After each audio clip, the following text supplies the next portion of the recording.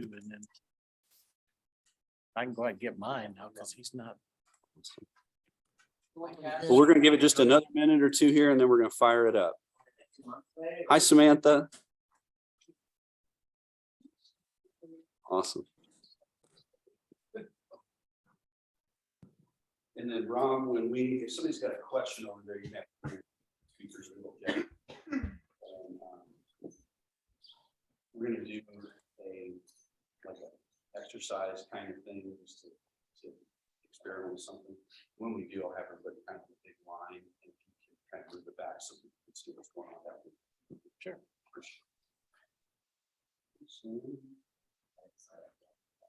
I was gonna say, I was.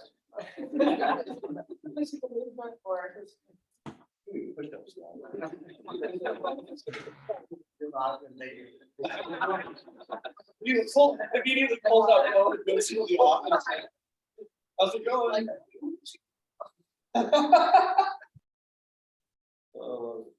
So Mike's popping in a second. Maybe one or two more chairs. Ready.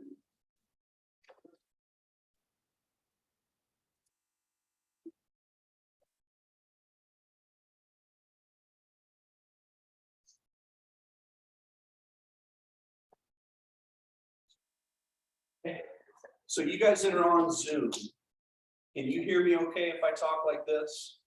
Got some thumbs up? Okay, awesome. Awesome, awesome. And then we don't have to do that. Okay, yeah, it's no stress. Awesome. What's my son?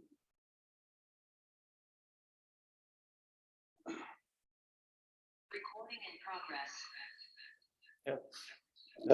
That's nice. We're gonna wait a few minutes. Mike is saying. Thought I turned it I'm on. gonna walk right in front. Sorry. I had it on off and it's still. We're gonna wait a few more minutes to start. Mike is thinking maybe there's somebody else coming.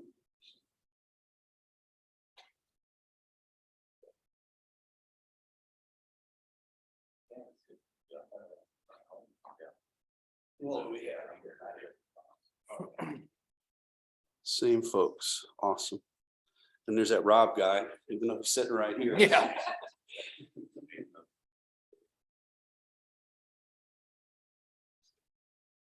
Well, let's get started with like introductions. Let's go ahead and do that so we can knock it out. I know almost all you guys. I'm Kent Lineberry, and I marched in the Colts and then taught the Colts drum movement corps for 12 seasons, and then taught with the Crossmen, Spirit Atlanta, and I'm currently on staff at the Manor Drum Movement Corps. Worked with was a percussion specialist at Rockwood Summit High School and at Blue Springs High School. Just go this way and just introduce yourself. Chris Kaufman, and I'm here at Oak Park. Blake Dern, Antioch Middle School, and my sister at Oak Park. I'm Kelly Rieger, I teach it. Julie Cooper, I teach an archie. I'm Jack from St. Joe. Rob Goat, representative. Okay. Brett Morrison at Excelsior Springs. I'm Mara Mitchell, I teach at Staley, and I do some other things. Fine arts coordinator. Band director today. Yeah, that's good. So the thing about PD sessions is that they need to be useful because I've sat through most of them or not, right? Legitimately, most of the PD sessions I've gone to were not anything that I got excited about, or I felt like I'm going to do something different based on this people. And that doesn't sound like development to me. So the question would be, and the Zoom folks can feel free to unmute and contribute here too. I want to know what you most want to hear about. We can talk about field timing with hands and ears. We can talk about rehearsal and staff etiquette, how a rehearsal works in the field if you have a staff. We can talk about rehearsal planning. I've got actually some cool stuff about what to think to plan your rehearsals to make sure things are going well. And using a metronome and ways to use a metronome on a marching band field better and an alternative to using that. This is kind of like a little buffet here, you know what I mean? So is there anything anybody's real excited to learn about, work with? All of it, all of the above? Huh? Anything measurable. Yeah. Anything measurable. Mhm. Awesome. So come on over. How's it going? Good, how are you? Good. So first of all, when we use a metronome on the field, the idea is that we're trying to get kids to play either in time or more together, but hopefully both, right? You know what I mean? That's the goal of the thing, to use the metronome and an amplified, long ranger, or what's that we sell a lot of, mega box. Yeah, you know what I mean? That's kind of the brand right now. So when we're doing that, the very first thing that I want to talk about is ear protection for your kiddos. Okay, so if we are using amplified metronome on the field, I really like, but there's lots of different kinds. There's like Big First sells plugs like these. I've had these plugs for, a long time. It's just the ETY etymonic earplugs. These are affordable and they have pretty reasonable attenuation, meaning they're taking the decibels down pretty evenly across the spectrum, right? So, when you put in the wrong, like the foam earplugs, you're trying to talk to a kid and you're like, hey man, your left hand is slow. And they're like, what? The bat didn't cook the pancakes? And you're like, no, these are better for that. And it's less disruptive, right? So the plugs that are like the ETY plugs, that kind of thing. I think that, me personally, I think battery members should all have plugs, and not phone plugs. It may not be possible, but that's the first thing. So there are some resources. You would take one and pass it down. There's two links that I old school printed on paper, and I can email this later on. So those links are I didn't think one. just very giving, Yeah. So the first link on there is this sound delay resource from drummajor.org, and it is, thank you so much. It is like geared towards a drum major kind of situation, which is way important, obviously, for our rehearsals. But that goes over the speed of sound. The speed of sound is affected by altitude, by temperature, by humidity, but it's more or less a constant. Yeah. So Mike says it's hard to hear you when you look down, so. make Got sure. it. Thanks, Mike. We got extra chairs over here for you. The second one is a listening and watching resource, and this one's really cool. What you would do on that is you would plug in a tempo. You would select a cell on a spreadsheet where the metronome, where the battery, the source of pulse would be, and you plug that in, and it gives you this field, and there's directions right on. It's not, you just got to read a little bit, but it shows you mathematically how much of a beat delay there is in every cell, right? That's assuming that sound is, the speed of sound is a constant, which for our purposes, we're talking about tenths of seconds, hundreds of seconds, thousands of seconds. So that thing is really, it's not like you're gonna be sitting in rehearsal and you're gonna be like, oh, hey man, it's gonna be 0.02 seconds late, okay? But you are gonna be able to, if you get there, that's amazing, but you're gonna be talking to kids about the delay and showing them how the delay works. And then the other cool, I think maybe the best, because that's kind of fun, but it's, you're not gonna pop that out in rehearsal. I think the best part of that second resource is there is a ellipse of where the metronome or the center of pulse can be listened to and where it has to be hands on. Okay, so when we're on the field, there are plenty of times when I was in high school marching band, was in one of the awesome programs in Missouri at Jeff City. Gene Kirkland was my band director, right? Amazing human being. But he would count the band off from the press box and then be really mad when we were late. And even, as a 17-year-old dude, I'm like, that's not how this works, right? So when we're assigning a center of pulse, sometimes things just work. The battery's playing, quite a bit. Everybody's playing, more or less 2 beat, right? things tend to work in that situation, but then you end up with like a clarinet or woodwind choir with quads or something like that, right? And that's where you start to get into weirdness sometimes when you're handing voices off. You can talk to people with that spreadsheet about these are the only people that can listen. You could even mark it on everybody's, if you hand them drill charts, you can mark it on them, right? And so as you get further away, or especially behind, they're going to be using just the hands on, right? And they're going to have to anticipate a little bit further back they are. And people who are further front are going to have to be careful to be on the backside of the beat, not on top of it, right? So it sounds really complicated, but it's just dealing with the realities of the physics, right? Sound travels almost a million times slower than light, right? And so we use sound when we can, and we ignore it when we can't. And so that's kind of, I'm real weird, and I apologize for how weird I am, but I used to take with the marching band at Summit, this didn't go over at Blue Springs, but at Summit, I would do a thing where the clarinet choir was supposed to be, you know, doing something, or the brass, whatever, right? And it was somewhere off the side, or it was, you know, the battery was somewhere else, and they're doing some little tasty thing, but it was far enough away that they started listening to it, and we got into a vicious cycle where they listened to the slow sound of the drum line, so they slowed down. So the battery kind of felt that was going on, and the drum major slowed their hands down, so they slowed down. Then the winds heard that and slowed down, and it was death spiral, right? So I would have that section play a rep, and I would tell the drum line to play as loud as they possibly could for the entirety of the rep, whatever they wanted. And everybody thought that was really funny, right? But those kids that are playing and need to be ignoring the drum line, that was a really good teachable moment. Like, I don't care what they play. I don't care what you hear. You're gonna play with the hands, and it's gonna sound wrong, and it's never gonna sound right to you, and that's, I'm sorry. You know what I mean? But having the drum line do something ridiculous like that was kind of a cool way to, you know, to get the point across. We're gonna have a laugh a little bit, but now you know you're not listening to that for time, right? So I take the time away and turn it into rim shots. It's, you know, obviously that's not gonna work. So by the way, I nerd out about this stuff.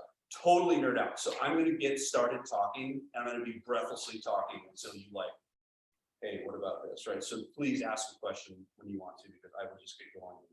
We'll be here at 8 p.m. tonight, and you guys will be like, I'm kind of hungry. So when we're using the Met on the field, basic level is understanding the way time works and shooting that time with the long ranger or metronome, whatever we have, through the center of pulse towards a press box. So if I don't have any battery point, and it's you know, a big low brass, you know, contrapuntal moment, right? I'm going to take that long range and I'm going to follow the brass. If they're moving towards side one, I'm going to follow them over and angle it, or whoever runs the long ranger is going to angle it more towards the drum major with the press box. And so that will create that little half ellipse from the website. And they've got to know that as they move one side or the other, more people can't listen this way. Hey man, how's it going? How was the trip? So awesome. Yeah. Daniel's marching band at Belton was in the National Memorial Day parade, and they were fantastic. It was awesome video. So that's like the ground level basics. Sound travels slowly, and we've got to make sure that we're understanding that when we use long. We never want to kick anything off from the front. We never want to have a metronome at the front. And it might be kind of a pain to not do that. You know what I mean? For a smaller program, a one woman or one man show, and you're standing, you know, at the front of a band, you know, it's difficult, but you really, really don't want to have pulse ever starting from the front of the band, come from behind. So the next level then is to use the Met sparingly, right? And use the Met with the appropriate people, the center of pulse, and the center of pulse moves around. Who's the melody, who's the battery point, some part of the battery. Obviously, that's easier to hear than, you know, the articulation from the wings, right? So I have a less is more philosophy on the amplification of that net. Right? If I'm only supposed to have this chunk of people listening, I want to turn it down so that the people in the back of that can hear it, the people in front of them can hear it playing and not hear the right? I also don't want any of these people to hear it that don't have to. Teach and drill silently, nobody's playing, they're gonna have to listen to that test in March too, totally good. But as far as providing pulse, moving and playing on the field, you want to make sure that volume is kind of as low as you can make it work, right? Now there is like a cool alternative, which is really pretty affordable, that I used at both Rockwood Summit and Blue Springs. So, and again, I'm a super nerd, love this stuff. These are in-ear monitors, stage monitors, right? So these were this is actually the exact model, and they've updated them a little bit. This is the ones that I tested them out before I had the school pick them up. They're Shure headphones, and they go usually behind your back, over in the can't hear you very well now, right? It's about 20 decibels of attenuation. So one of the cool things you can do is you can get the drum line playing with the center snare drum with these in. They got this short cable. This was for my phone. Short cable. They can have it wrapped around their J bars in a semi-permanent way. Right? You just have it put it away and stick that in there. Pull it up. Have a metronome and some Velcro to hold the metronome on the harness. Right? So when they put that in, you would actually start the band with the metronome, but it's the snare drum, right? So you get 8-ear in from the snare drummer and then run a section. Now you would never do this when the battery's not playing. You would never do this when the snares stop playing for a long period of time. But there are plenty of moments in the show where you can never use the long range by doing this. That's a little bit of a process. And I can tell you're already thinking about it. I want to talk to you about it. But I did this in sections where the battery was more or less to where, it's just a counter to where the snares don't play, pause and play, whatever. And when they were constant, they were the center pulse the whole time, right? You don't want to use it when they're further ahead of, the thing that's really kind of running the show, that sort of thing. So these, we're going to do a little exercise, okay? And these are hard to learn, but once they learn, once they learn, the student learns how to use it. It's like really, really interesting what happens. And I feel like everybody learns a ton by doing this. So what we're going to do is most of us, we're going to have a pair of sticks, and I'm going to have somebody, you're going to be my volunteer, okay? We're going to get you met, and you're going to do some clicking with sticks, and then we're going to click with you and just see what happens. We're all like music professionals, right? You know what I mean? It's gonna be great, right? So let's do this. Let's make like a giant arc, like pretty spread out, right? Big old arc. And Rob, you're gonna have to kind of I don't think I have enough cord to go back much at all. go ahead and phone on. I don't.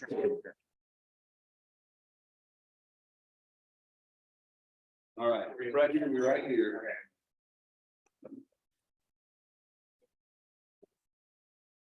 Set up, there's an R and an L on them. So I've got a couple extra cables here. This one is a very long one that I would use, like a drum warm-up set. Right? I'll talk to you all about that. This one has an on-off switch. So if the Met is on and I forget to turn it off, center snare can turn it off and listen to what's actually going on. Right? So it's kind of nice for them to have that.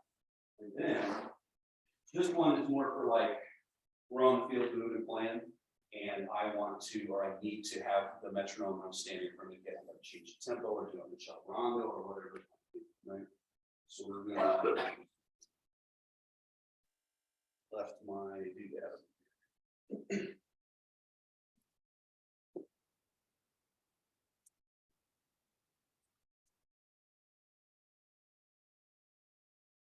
Go. And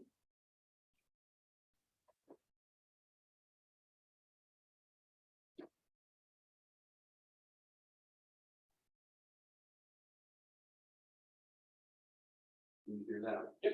Is it too loud? Oh, that's good. All right. Take a pair. Pass them down, and we'll have some of us will clap.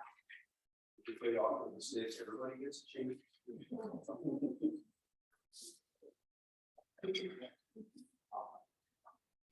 Okay. So I got 90 beats a minute on this metronome. And I'm gonna have him clap play the sticks 8 times, 8 quarter notes, right?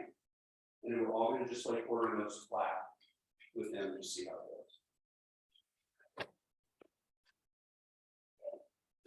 goes. You don't have a harness tied up.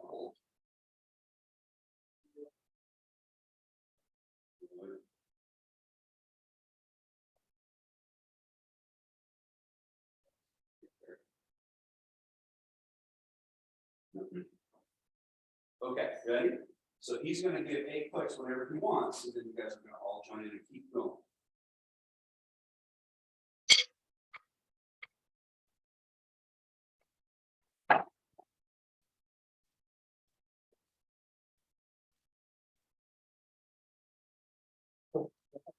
Okay, so what happened? That was really upbeat. Yeah, so it fell on the ground, right? So let's try it again. Did you guys hear what started to happen? It's like the clapping at the stadium, you know? You're gonna encourage the crowd to clap, you better be ready. Pretty good.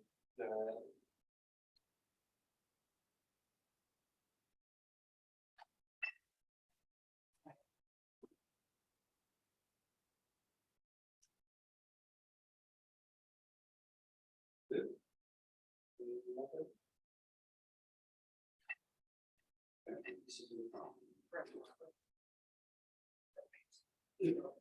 Come on, Brad.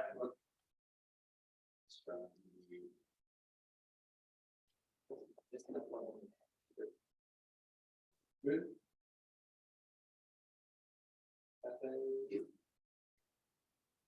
Live by the sword. Die by the sword. Let's see. Let's see.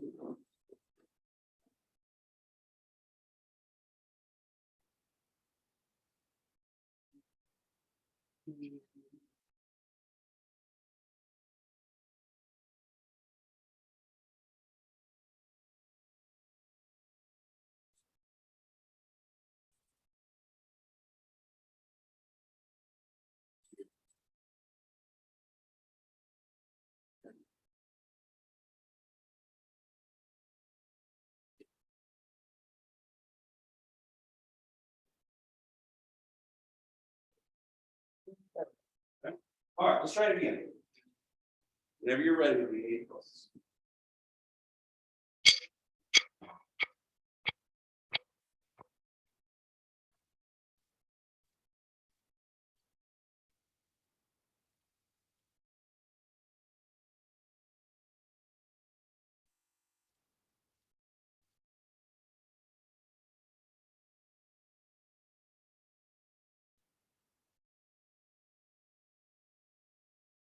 And cool. What did you hear while you were doing that? There's a little bit like a kind of like crackling with that. Right. And did you, when you were doing it, did you find that you set up or slow down, had to make an adjustment the whole time? Yeah. Okay. Did you guys feel him make an adjustment? Right. So when you do your first warm up with a drum line, you're doing 60 on a hand or 8 on a hand without strokes, your hands moving loose and relaxed and blood, right? When you're doing that, this is a great place to try something. Guess what happens when you try it the first time? Total crash and burn, right? Because the truth is, our drum lines are not playing in time most of the time. We do little bits of this, right? Now, it's one of the only parts of our art form where it would be way better if they just played in time, right? If they just play in time, really predict everything, it feels better, right? So the first time you do it, it goes nuts. But what they do is the center snare will make mistakes, right? Well, too fast. And then before you know it, the wheels come totally off. They're making huge adjustments, right? Let's try this again at a faster tempo.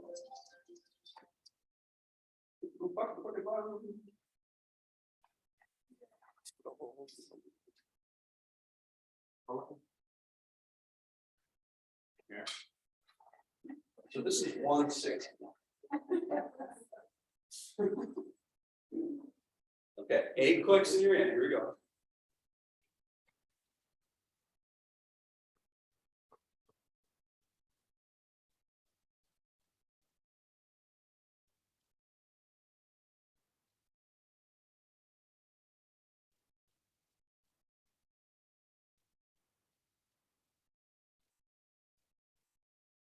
And stop. What did you hear? It wasn't as notable like the adjustments. Yeah. Between parties. Now, did you feel people getting faster or slower? Faster. Yeah, always faster, right? You know what I mean? And so there's this learning thing that happens. This is like a high level high school drum line in terms of doing this stuff, right?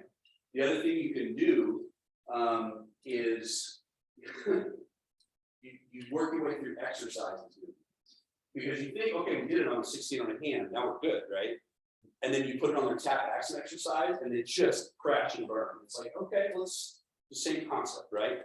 Then you do it on like a 2 high paradiddle, diddle exercise, that kind of thing, complete crash and burn. And then you do it on rolls, like a triplet roll exercise, complete crash and burn, right? But eventually they get to the point where they're like listening because they feel they're in danger, time danger, you know what I mean? Because if they just relax and just do it, feels good, they're gonna completely crash and burn, right? So it's like this unbelievable way to get kids listening, right? Super funny thing. If we were to do this again, if we were a group that played together a lot, we did this again, and I took you off the mat, you would probably make some mistakes, and people around you would be like, "What's up, man?" You know what I mean? Because they're used to be playing right in time. Super interesting. Let's try something. We're gonna do the most basic downstroke, upstroke, right? Accent, unaccented up. And same thing. Still 160, so it'd be. Right? Back.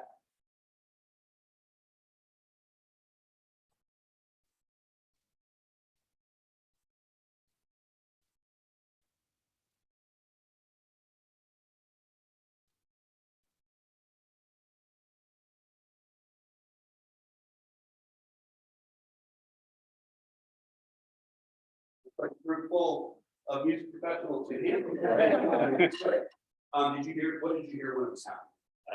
Taps were, that's kind of where kind of where that crackle pop was like taps. Early taps, right? Always early taps and tap exercise, right? So, this is a thing, we're gonna switch now. I want for you to come over here, I want you to grab your headphones, okay?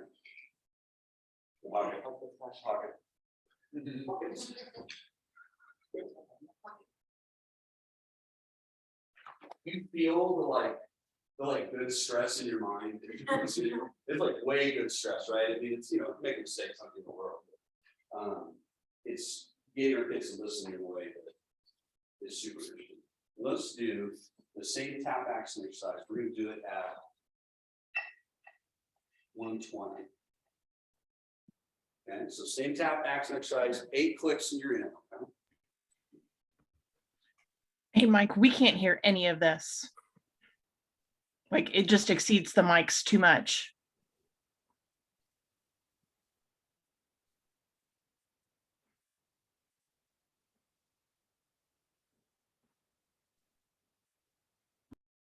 When you first started, did you feel your tap off like it was like, and you had to make a little correction to get back with the met, right? Is that working any better? Common, right? You guys having trouble hearing what I'm hearing? Yeah, it's over. It's exceeding the mics. I'm trying to turn it on to. Can you guys try it clapping? Yeah, Same thing, clapping. 6, 7, between the high pitch and just the volume, there's no way. Not on a computer mic. You're gonna go up to 160. Okay, so you're gonna give a clap, and then it's still just a quarter note accent tap. That still might push it too much.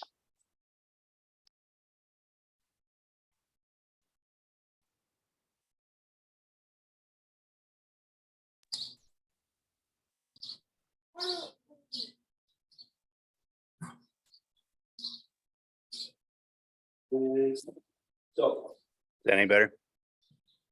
any better? I think it's just, no, I think it's just gonna be something we have to deal We're with. done with this anyway. It'll be okay. Sorry about that, friends. Okay, The whole that's idea all is right. that there's all this like change happening, it happens really in small increments and then it gets bad, right?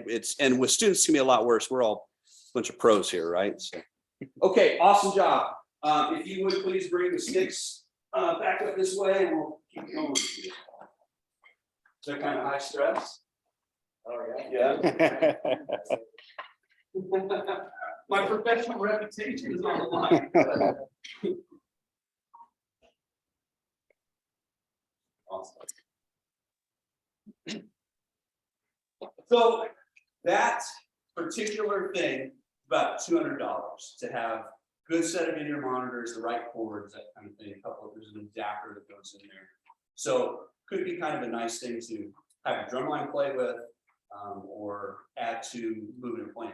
Just like it's crash and burn with every new exercise, when you start doing a chunk of music with it, it's way harder because there's all the metric modulation and the dynamics, everything that makes it difficult.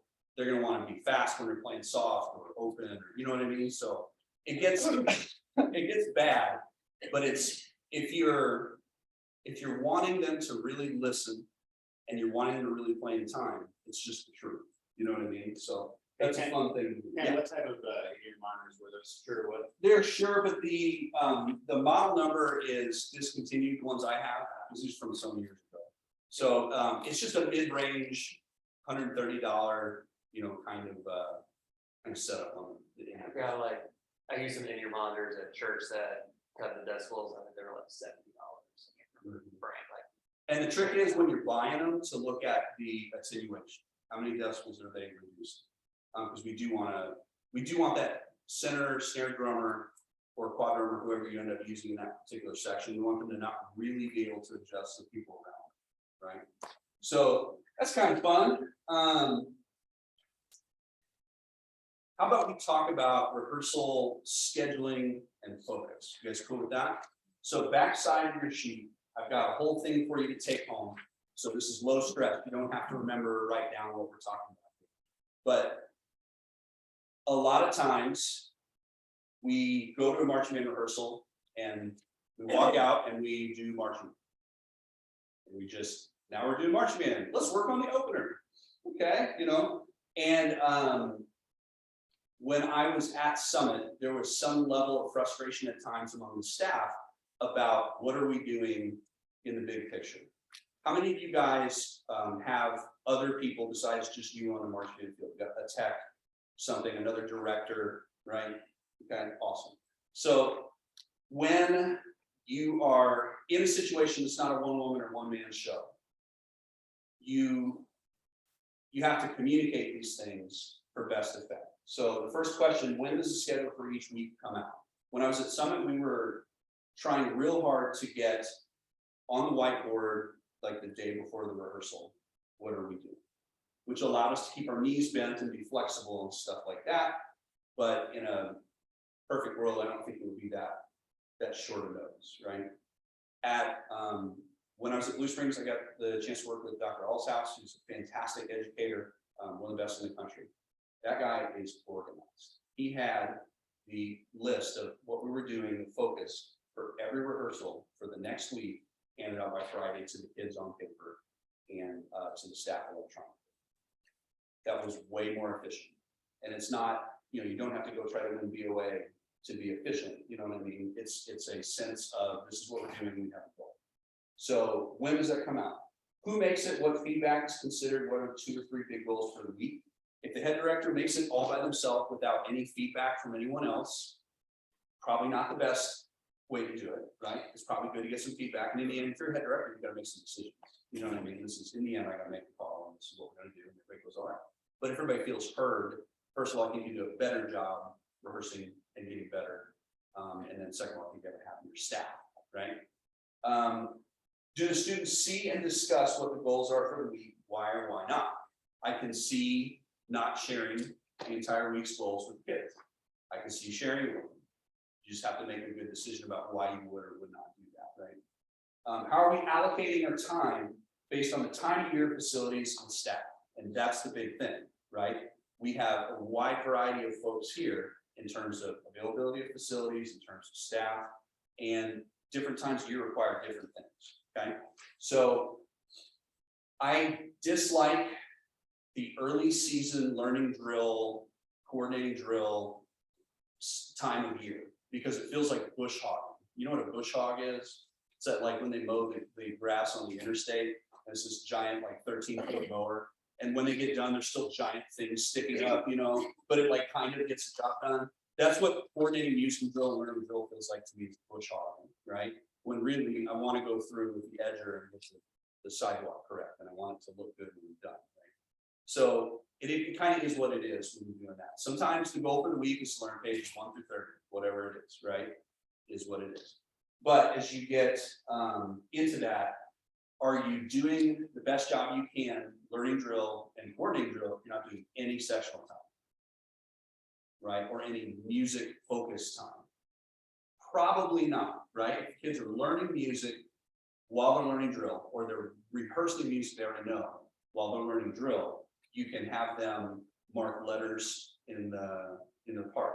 You can have them, you can rehearse chunks of page 3 to 4 music.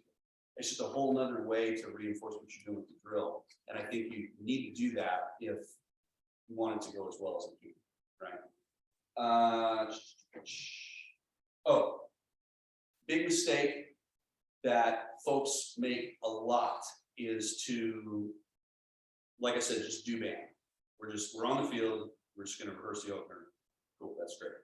It would be better in a one-woman or one-man show to have visual time, where I'm gonna focus on pages 1 through 5, and then arc the band up and work the music, and then coordinate it, do full ensemble in that situation. That's way better than just, I'm doing ensemble for an hour and a half, you know what I mean? And it feels like you have to do more, get further, but you're not actually getting further. You're just working on a thing more, right?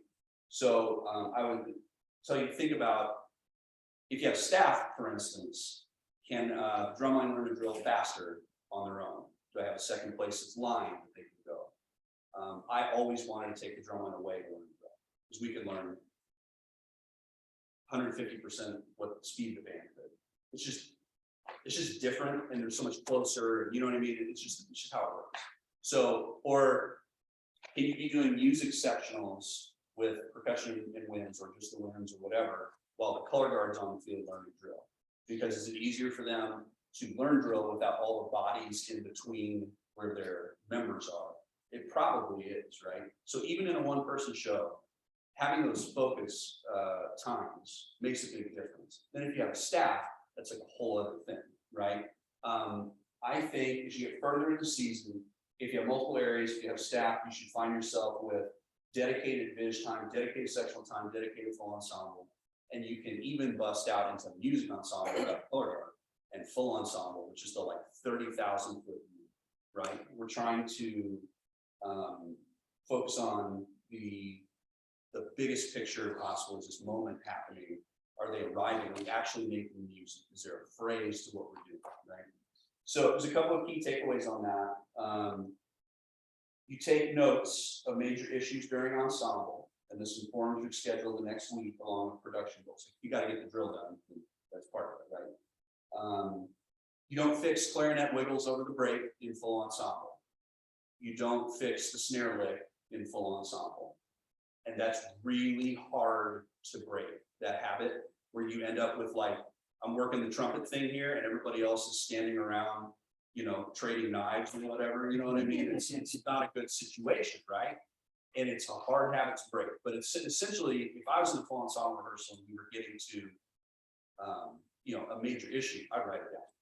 Next time I have sectionals, we're working this music, or next time I have visual, we're solving this train wreck with the tubes or whatever it is, right? Coordination of entities on the field playing together, that's more like a full ensemble. That's what you are facing. So that's key takeaway 2. Full ensembles maximize general effect, timing, balance, blend, tone quality, performance qualities, electronic balance is a huge deal, and a whole lot of things that can best be done from the press box. If you find yourself constantly wanting to fly down there to fix a detail, you're doing it wrong. I threw in you done messed up, AA Ron. I don't know if Aaron's on here or not, but I just had to throw it. Aaron Bryan's our vice president and a huge jerk. You'll see this later. I'm sure I won't pay for that at all, so, so, the trick is, even in a one-person show, understand you have to do these different focuses to make things go. The trick is, even in a one-person show, you need to write down what you intend to do. You know what I mean? How many times do we go into beginning band and the answer is we're working on number 7? Well, okay, you know what I mean? But would it be better if I were focusing on, you know, this articulation as well? Or, you know, would it be better if I had a bigger plan for where we're going from? Of course, right? I think we all know that. So that's my like wrap about scheduling rehearsals, using your staff if you have it, and facilities if you have it, and your one field more efficiently if you don't have all that, right? I've got some scripts that I can go over with you that I just threw down. This is what I do. We could talk about ways to keep a staff integrated on those goals. Which one in here? Yeah, I think that'd be good. So I have used at the Mandarins right now. We have 2 things we're using. We have Master Tour, which we have every tour stop, the address, what's going on that day, all of it for the whole tour. And then we've got Slack, a Slack channel where there's a group for percussion, winds, color guard, all the different staffs, stays, right? And then the whole organization, right? And so there's lots of communication that goes on that way. We also use Slack when I was there at Blue Springs, which was a quick reminder of what's going on. You're starting here, you're starting there. You know, just the logistics would come out that same afternoon before we started the night rehearsal. I've also seen this go really well with group text. You know what I mean? It doesn't have to be fancy. These are all free. Well, Master Tour is not free for everybody, but the trick is to get that information to people that need it. And it could be students. I mean, our students are walking around with these, right? And if they know what we're doing that day in rehearsal, I would think it's better than them not. Right? But that really is a decision. So using those resources that are free to us is really smart if you're going to put in the time to plan. If you're going to have a plan, to communicate that plan with people that need time to way, right? And then I had a good friend that suddenly found himself in possession of a bigger staff, right? And so the question was, what do we do differently than we did when it was like, you know, a handful of directors that work together all day? When there's people coming in that don't know what we've been thinking and talking about in the band office, right? And it came to me that writing some of this down, it felt really obtuse writing these 2 scripts down, but that is actually what I would say in those situations, right? So the first one is learning drill, and the second one is a full ensemble.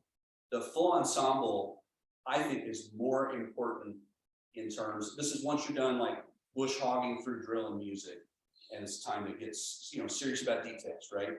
I think that is the hardest thing to transition to if you've never done it before. This is more or less the way it works at the drum corps that I've worked with, the high school marching bands I've worked with, right? So there is a thing where the drum major has a lot more involvement in the pace of rehearsal than most of us were probably used to, where the drum major is giving the commands to the band, and actually they're the ones that are causing them to go to standby, causing them to go to set -1, whatever it is before we start a second, right? So, you know, I would say this is page 12, page 14, 16 to 16 counts, you know, go drum major, or go Cali, or whoever it is, right? That drum major would repeat those directions, call the band to set, right? So they've already heard it once, now they're hearing it from the conductor. It cuts down on stupidity in rehearsal sometimes, right? And it's just common, you know what I mean? You're on a giant football field, it's easy to miss directions, right? So it helps get them going, and it helps give them a little more of that like leadership rapport with the band that you don't want to force, and you don't want to fake, you know what I mean? But if they're the one that runs things, there's a certain amount of respect when that drum major talks, right? So you do the rep. 8 you're in from the snare drum or from the net or, whatever, visually from the hands, whatever you're gonna do. A rep gets done and you gotta decide, I think you need to know whether you wanna stop in -1 or +1. So if you're going to page 14 and you're not playing, you wanna stop and count 16 up, on your toes if you're a percussionist or backing up or whatever, or do you want them to take +1 and play that first note, right? If they're playing +1, you have to pull that step 1 back to check the drill. If you don't pull that foot back, you're not checking the drill, you're checking the count in the next move, right? So this is the most important part about this is the first thing I would say is check with your eyes. Instruments are still up, they're still in -1. If they're in +1, I'll say go to -1 and pull that leg back to the best thing, right? Check with your eyes. You should see kids doing bobbleheads, right? Everybody's looking at yard lines and hashes and numbers and stuff to see if they're where they think they're supposed to be. So check with your eyes and then adjust with your body. They'll move their body, one still up, in -1. They'll move their body where they think they need to be based on the field. Or, they're not going to be ridiculous. They're going to use their eyes and see the kids around them, which you want to focus on your dot probably. Right? So you get them to that point, and then you say stand by, and the students will go to that standby position that you have, horns to carry or whatever, right? So here's the trick. Box needs to make when you're on a microphone with the marching band, it's put up or shut up time. If you don't have something insightful to say, it's okay to say field, right? And have field staff go. If you're a one-person show, you're gonna have to have something good to say, right? So that's the trick, right? So you get to that point, and you need to say something concise that will make a difference on the next rep, or tell them the progress that they made if you're moving on, right? And there's a lot of times people get on the mic and just kind of, how long do kids really pay attention to us, right? How long are they actually ingesting information? It's not real long, right? So you gotta be careful on the box to be concise and get that information across. So you'll do that. When you're finished, you can say field. You have staff. That's your chance for your field to very specifically, they got to make quick, direct comments to specific kids. We don't want, just like we don't want somebody in the press box going, yeah, that wasn't very good, reset. You know what I mean? We want somebody to say, it fell apart because the baritones were sluggish, and nobody corrected, reset, and we're going to do that again with this in mind, right? Field staff's the same way. Comments have to be quick, specific, right to a kid. You were slow on the step off and it caused you to be late on the entire phrase. Your tone quality sounded like a chainsaw. I need you, whatever. You're going to tell people what they need to do, lower your jaw a little bit so we get that warm sound, right? So that is if field time is given. If field time is not, I would have a standing thing with the field staff to say, you don't get field time. When we say reset, you make the world's quickest comment to 2 kids, they get back to where they're going. Run a rep again and move on. Life is good. This is incredibly hard to hold yourself to. Do you know how it's like? Do you ever find it's hard to give your kids like water breaks when you really intend to? Like you get going and it goes too long. Do you ever feel like that? I felt it. And I would set a timer on my phone for 15 minutes, right? And try every 15 minutes to make sure they got a quick slug of water. When I was running stuff on the press box, I would often set like a 90-second timer and just restart it. And if me and the field is taking longer than 90 seconds, we all know in our heart of hearts that it's going right in one and not the other, right? So it's really hard not to just do band. It's really hard not to fix the clarinet riff in a full ensemble. It's really hard as a field staff member. This is the worst part. Having been a field staff member for a long time in a lot of groups, to shut up and listen to what the box is saying, and then make sure my comments are reinforcing what they're trying to do, unless I have nothing that does that. It's not about us right now, and then I'm just cleaning what I can clean, right? As a young teen, I was a drum corps tech staff at 22, just dumb as a box of rocks. You know what I mean? And talking, and I was in several groups where they're like, field, hey, we're not doing this. You guys, we will give you your time. Or we won't. Either way, this is how it has to work. And it's really hard. You do want to use a staff if you got a drum on tech or a person. You don't want them to be silent the entire rehearsal. It's not what you're paying them for. But at the same time, you can't have romper room, you can't have just craziness on the field. What'll happen, the bigger the staff is, the harder this is to do and the more important it is. The bigger the staff, the more everybody wants to teach, everyone wants to teach at the same time, blah, blah, blah, blah, blah, right? So this is a thing to kind of tuck in your back pocket. And you guys that are joining us on Zoom, I'm gonna email this out, a PDF of this out. I think Mike, on their sign up sheet, we've got email addresses from. Yeah, we were actually just chatting about that right now. Yes. Yeah, perfect. Yeah, we want you to have this handout. It felt, like I said, really obtuse writing this. This is not the only way to do this, but it is a way that definitely works, right? It is one of the ways it works. I've also got in here a script for learning drill. And I'll summarize that fairly quickly here. I have kids say their coordinate, okay? And it sounds like complete gibberish, right? It's just, 100 kids or 40 kids saying numbers, right? But making them say it has made them memorize it much faster, right? So I will have them say your dot to page 1. They're all standing on the sideline. They'll say 3 steps inside the 35 on side 1, 8 steps behind the front hash. Go ahead and set up page 1. Right?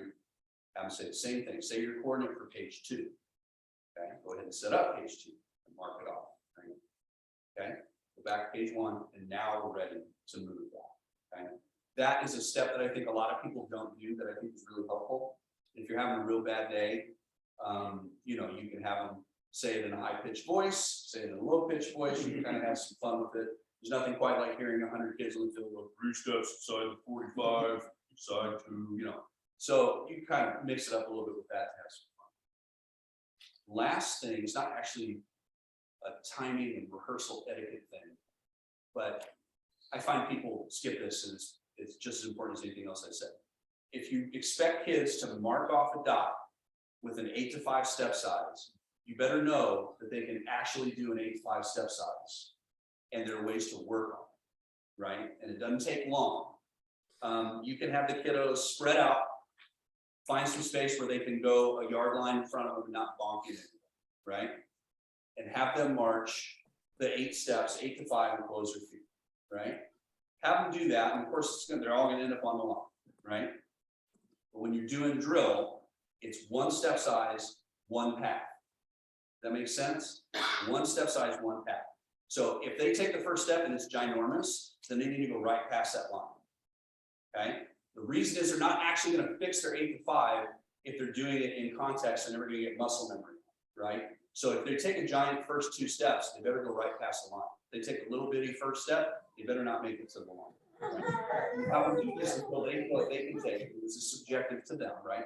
1 step size, 1 path, 8 steps, end up on the line. That's their 8 to 5, right? Then you have to take their binder and hold it like this so they can't see the field. Atlee. And that's their actual muscle, right? And it's harder than what they have to do in context, but they'll be way better about marking sets off in context if they do that. So you have them take whatever it is, their binder, whatever, and block their vision. So they still have peripheral vision, they can still see the goalpost at the end, right? And do that 8 to 5, and you'd be shocked at how bad it is the first time you do it. Absolutely shocked, right? There's so many little corrections they make along the way that you miss out on that when you think you're, first of all, many of us don't really teach them how to get the 8 to 5 right very much. Second of all, when we do, most of the time we're not doing that and really getting them to show us their muscle, right? So awesome. I just talked nonstop for like 50 minutes. Yeah, You got a question from the Zoom people? please. Can you have Kent discuss how to keep down on the field chatter, especially between reps? Mhm. So question about chatter on the field between reps, and especially when the field has time, is that right? Mhm. Okay, so in my opinion, you don't so much keep the chatter down as you keep the expectation of what they're supposed to be. So if they're supposed to be at standby, that might be on the field, feet together, how you do, hands crossed, percussion with their sticks on their drum, right? And everybody's silent because that's what standby is, right? You don't go on until they're there. And this, it's like classroom management 101. They do everything you let them get away with, right? I mean, I do too, So it's less about, yeah, you're gonna have to police the chatter as it happens, but it's in context of, hey guys, we're at standby, everybody show me standby. And you will get fewer reps in at the beginning and then be way better at the end, right? And that's, again, we go out and we just do band. It's like, oh my gosh, we gotta get these pages done, and we gotta get, I totally get it. But what's that 7 habit, sharpen the saw? You know what I mean? If you spend more time getting your system in place, you will find later on that you're able to get way more done, and it was well worth that time. Did I answer that question for us? You feeling good? What other questions do you guys have? What do you want to know about? Because like I said, I just gibbered on for 50 minutes, so. You did. What? Yeah, you did. That was terrible, yeah. I got one, and it can be more of breakfast too. Our guard, our school won't let be in our class. And they do their outside practices. The band that I took over historically does only during the school day. There's no before school classes, there's no evening rehearsals, none of that. How do you get the guard to actually learn the drill well enough to be able to mold in on like the Fridays that I can pull them out of their classes? So that's for the Zoom folks, the question was, we've got band in a class, no after school activity.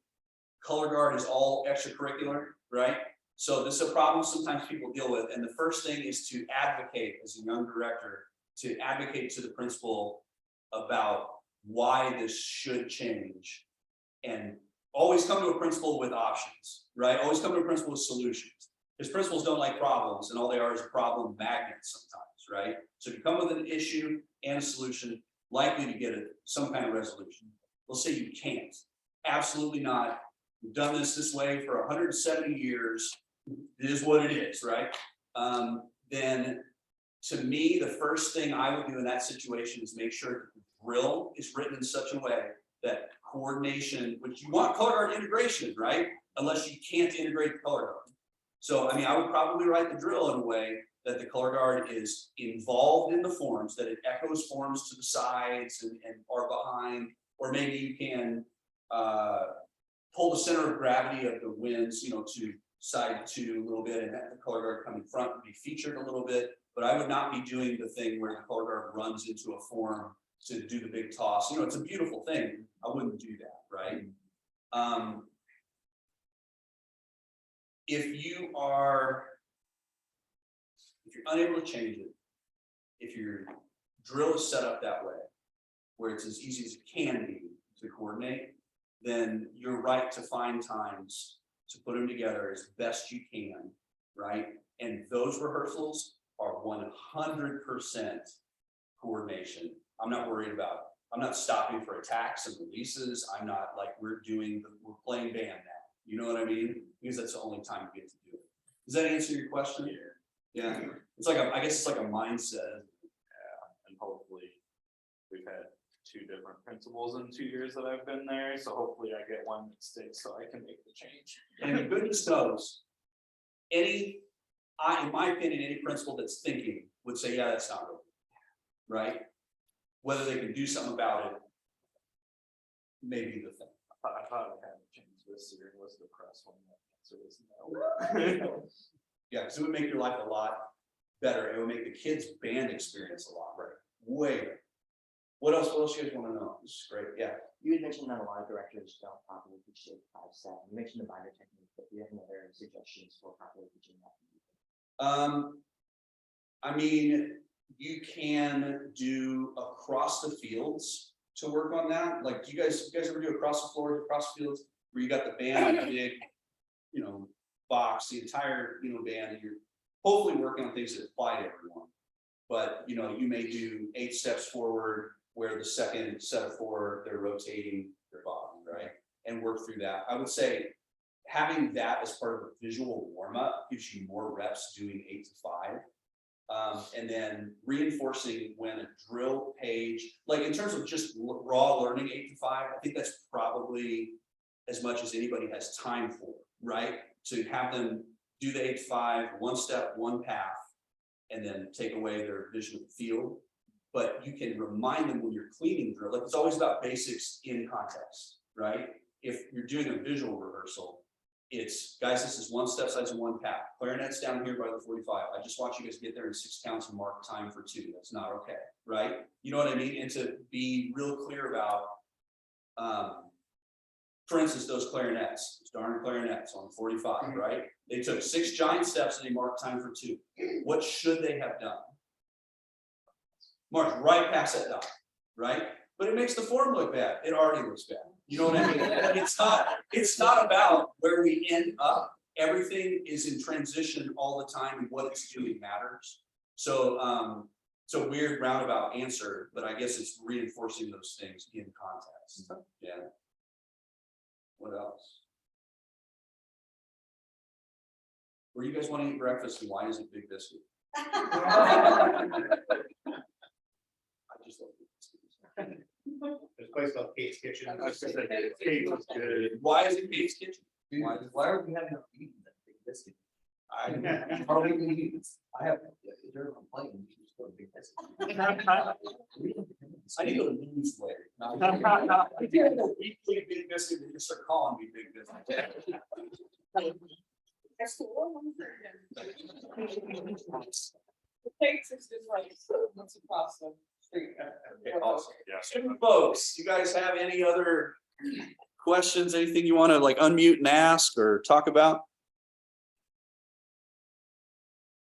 Screenshot that. What's that? Screenshotting this? Nice, good. New headshot. New headshots going on the website. Oh, come on. All right, well, hopefully this was useful, because the whole point of PD is to actually be useful and get us excited about what we're getting ready to do. I think that marching band uses parts of kids' brains and parts of their social development that nothing else does. I think it's super important. We all know the concert band, the jazz band, all these things are very important, but the marching band is unique. And I think if you do some of these things, it will be, if you follow my advice, your beginning of your marching band season will be way harder than it's ever been. And then the end will go really well. So, all right, nobody else has any questions? I guess it's, we're gonna have some Kate's Kitchen. Kate's Kitchen? We're gonna have some Kate's Kitchen in your honor, friends. Have a good day. Yay. Awesome. Excellent.